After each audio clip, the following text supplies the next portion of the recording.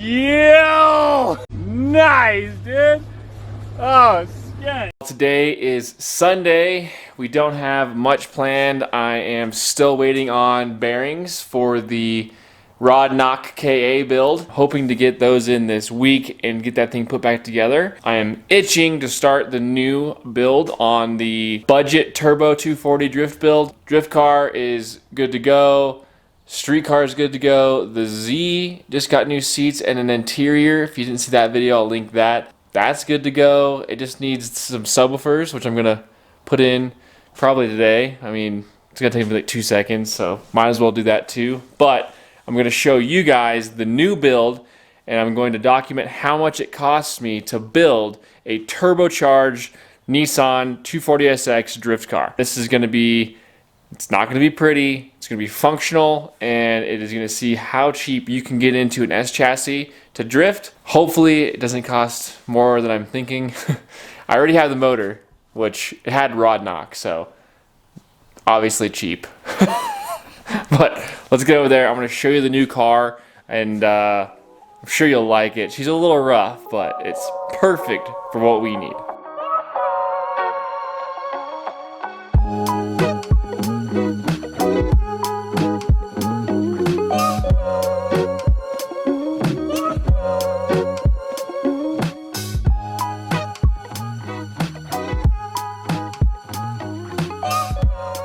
New 1989 Nissan S13. Got this for $700 from my boy Anthony. I get most of my 240 junk from him.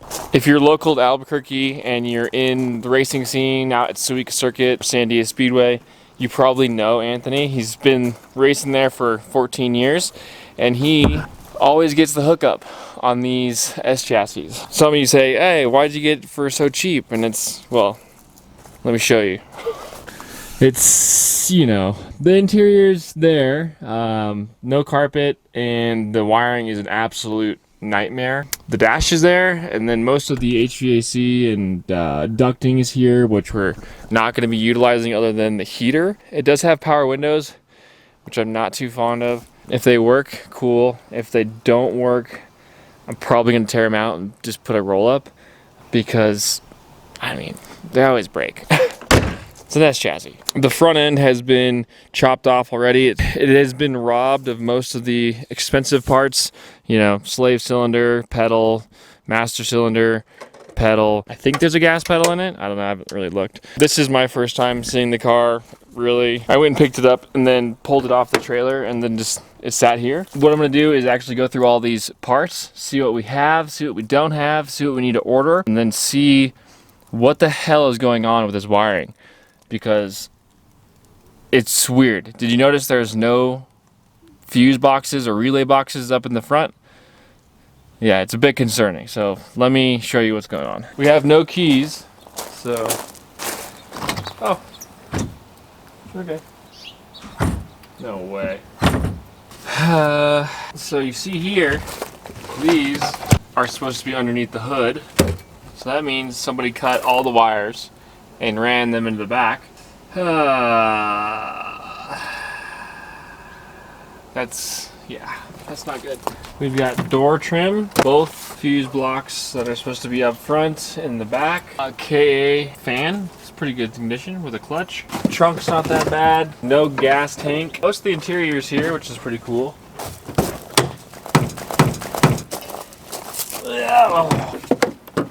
AC heater ducts. Center console, AC evaporator, blower motor, box, dash, missing the tack, hold it, the ignition switch, but no key. Bet you I have a key that works for that. So we're gonna jump from the golf cart, get the windows rolled down, I don't feel like dealing with that anymore. I got locked in the car loading onto the trailer because you couldn't open the doors with the fenders on the trailer. Yeah, happened. It's fine. I'm assuming this is correct.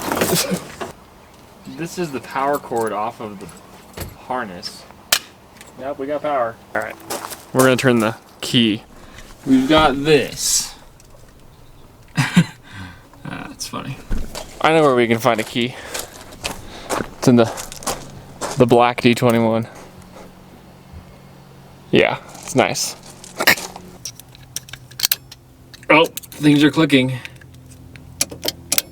Oh, you hear it? Wow. Absolutely shocked. This is gonna be a nightmare. We're currently in the back seat. Dome light works. Nice. Yeah, this is it. We're gonna need a lot of work before this thing will get on the track. Came with some factory S13 brakes, just legit. We got a mess down there and huge mess down underneath there. It looks like there's an alarm installed at some point. It was a nice car, man. It's got cruise control, had all the things, had AC. 6-7 years ago, someone probably bought this thing and it was completely factory, and they were like, yeah, let's do a drift build or whatever. And they ended up just butchering the whole thing. It's like, if you get your hands on a car that's complete, don't tear out the airbox. Don't tear out the heater. Don't tear out anything. Just leave it all inside. You're not going to gain any power to weight ratio that's going to be something of value. Just leave the car alone. Put a nice motor in it. Or just turbocharge the one that's in it. You're going to see that this KA with a turbo on it is going to be more than enough to have a hell of a good time on the track. And I'm not sure what was going on with this thing. It looks like it was probably swapped at some point. The firewall is massaged with a hammer just a little bit. And they painted everything. Like, they painted the rack, they painted the brake booster and the master cylinder, and like oversprayed on the bottom of the actual reservoir, which is weird.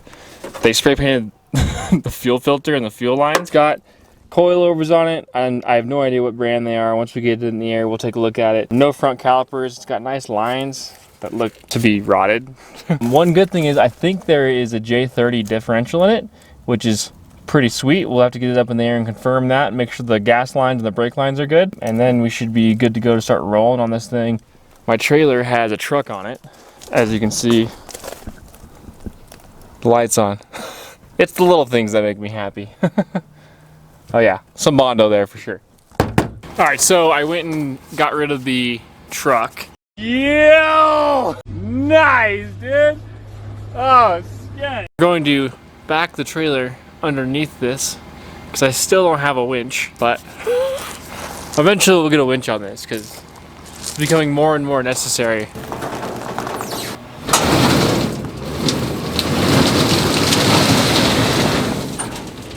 This is my solution.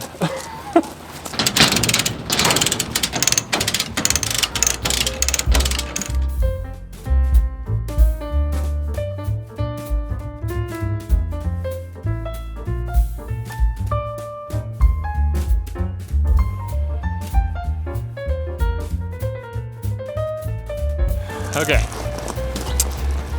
Way more work than what you just saw. It took me like 20 minutes to get it on there. And I picked up a whole load of gravel in the process. So definitely putting a winch on the trailer, like this week, that's happening. And then you know, once I put it on, I'm not gonna use it for like a year. Doesn't matter, we're putting one on.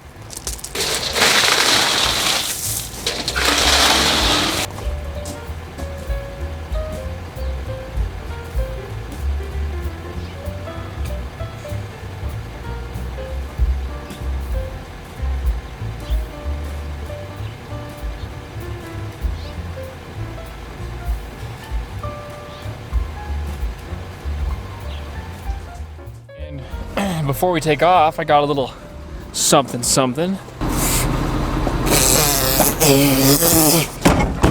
a little dusty.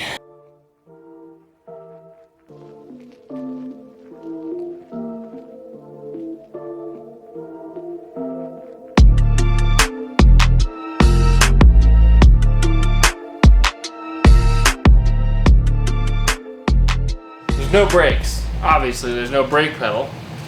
And the emergency brake is not connected. I don't know why. I just work here.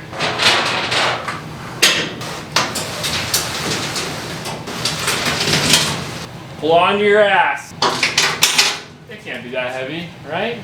Watch out.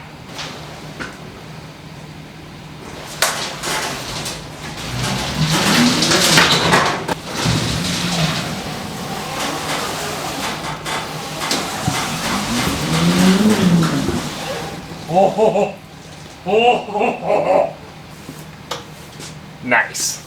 I should have cleaned it before bringing it in, but the pressure washer has no gas, and I forgot to pick some up. So, whatever. I'm gonna roll it back and then use the leaf blower just to get the leaves off of it, because I forgot that too. Yep. One of those days.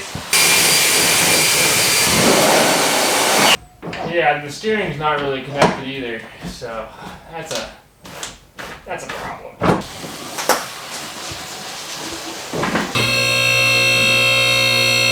Let's get you under here. Show you what's going on. The car is originally from Arizona. Rust should be to a minimum. Pinch welds, obviously, basically completely I mean, it's a 240. It's missing all the brake calipers, a transmission cross member. It's got brake lines, which is cool. The drift car didn't have brake lines on that. Oh, that sucked really bad. Exhaust, drive shaft. The cables are still here for the e-brake, which is cool. I'm probably gonna utilize that as the handbrake, just like Yoshi. I'm trying to make this happen to where some of you can actually get into an S chassis without, you know, losing all of your money. That'd be great. Needs a gas tank. I think I have one in the yard, pretty sure. Missing a bolt. These Chinese coilovers, I mean, I think they'll do. They'll be all right. I came with the J30 differential, which is pretty cool. You know, the frame rail, it's okay. You know, it's 240 unibody stuff, nothing crazy. It's just these pinch welds. Like, God, why do people pick them up from here? I just don't understand. Like, just slide it under a little farther. Get under here. Get under the subframe. Do something better with your life. Oh, hi, it's me from the future. Well, as I was touching the camera, I disconnected the mic, apparently. So, you get to deal with this now. And here I am explaining why the front of the car is missing and why that's not a problem. So, TJ, my boy TJ, he wrecked his car about 2 years ago now, and he bought a chair slayer front end tubular kit, and he was going to install it on that car, but ended up selling it prior and sold me the front end kit. I was unaware of how nice chair slayer front bash bar kits are, or front tubular bars are. So we're gonna unbox it. And there I am, happily opening my box that you can't hear. That's great. I have never opened this box. It was on my shelf for 3 years, 2 or 3 years. And opening it and looking inside was brand new to me. Look at me, oh look how cool it is. Oh, it fits perfectly in the front. The kit comes with a front radiator support bar that goes across the front end. I think it gets tacked in. I can't remember if it gets welded or tacked.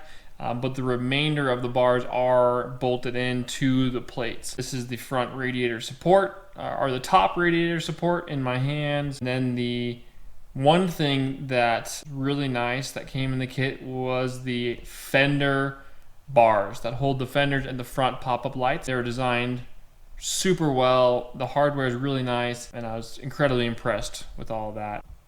I had some pretty funny things I was saying, and I can't remember what. Here's me explaining what we're going to do with the car and when we're going to do it. Holding them in place, getting them bolted in, seems like it's going to take me no time at all.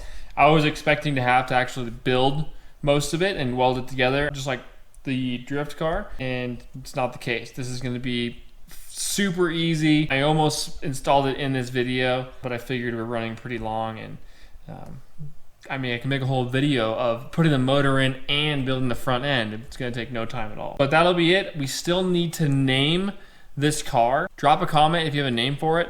I don't like just having cars that I can't refer to by like a first name basis, you know, first date kind of thing. Oh look, there I am chilling in the engine bay. Yes. Anyway, subscribe, drop a comment, let me know what you want to call this thing. I'm not going to change the paint color, because that's too expensive. Later. And there I am, happily opening my box that you can't hear. That's great. I have never opened this box. It was on my shelf for 3 years, 2 or 3 years.